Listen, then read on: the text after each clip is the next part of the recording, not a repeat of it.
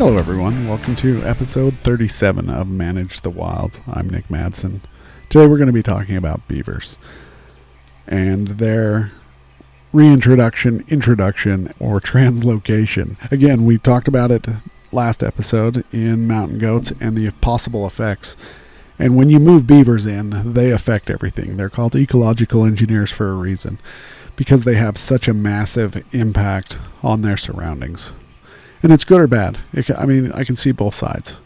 Because if you're working for the state highway department or Department of Transportation and you got beavers building dams right next to your roadways, then you're going to have a big dam problem.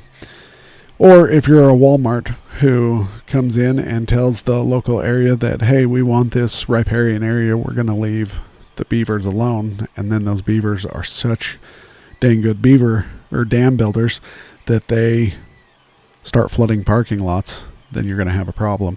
But on the other side, they are so good at restoring those areas around them, those riparian areas, vegetation areas, restructuring streams and everything around them and holding water, that they're just so awesome at their job. They just go on about their day without even knowing they're affecting anything. They don't even care. And they're just crushing it. So researchers here in the west part of the United States, as well as across the world, I'm aware, but I'm mostly familiar here, are looking at ways to reduce the amount of drought that we are going through. How can they hold more water in their areas? How can they help their crops, their livestock, those type of things? Researchers went into Montana and they worked with a bunch of ranchers and they tried a bunch of different things. Because ultimately their goal is to get away from the bigger dams, those big reservoirs that are stopping the progression of naturally migrating fish and all the other effects. How can they, because you can't just keep building more and more dams. Ultimately, they're expensive. It's a big, long political battle as well as a core battle. There's just a lot of issues. So what are these ranchers to do? And they looked at all the different ways that they could help them obtain and store more water on their own personal property. There's a new thing out there. It's kind of funny. It's called beaver mimicry. And what they're trying to do is they come onto these ranches and they mimic what beavers do. They're putting in rock dams.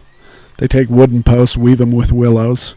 They take sod mats. There's a bunch of other techniques, and they're trying to create these little areas, these pockets, to hold more water. See, everybody likes the effects of beavers, but nobody likes beavers because they can't tell the beavers where to build. And so this is the challenge that you have with working with wildlife. If you want the effects of beavers but don't want to, then you're going to have to come up with a lot of expensive solutions. When you have larger properties, you can tolerate the effects of beavers a little bit easier. Wildlife managers, biologists, as well as researchers can move beavers into areas on Forest Service or state lands a little easier than they can on private lands, and they can monitor those effects. And it's awesome how quickly and effectively they can restore areas that were once overused and beat up, and it's time for a change. One of the biggest challenges that these ranchers faced in this study of whether or not they would use beaver mimicry as a way to obtain and hold more water on their property as well as increase the aquifers was the cost. They didn't like the fact that it was going to cost quite a bit to bring in rock or these sod mats or whatever it may be to help stop water from leaving their property. One of the cheapest ways you can do it is let somebody else work for you. Let the beavers. This style of allowing the wildlife to work for you, though, requires a little bit more tolerance. Because, again, they will build where they want to build. They'll build in the most satisfactory locations for them. Now, there are ways that you can encourage wildlife as beavers as well to build in certain areas. There are a couple of key things you can do, but ultimately they have the ultimate choice of where they're going to do it. So in translocations, reintroductions, introductions, this is happening quite a bit with the use of beavers, mainly translocation. I know in areas that I've worked and lived and hunted and fished in, they are doing translocations. They are bringing beavers from urban areas, moving them out into these mountains where beavers were once prevalent and trapped out. They're bringing them back into these areas and letting them progress further up these waterways.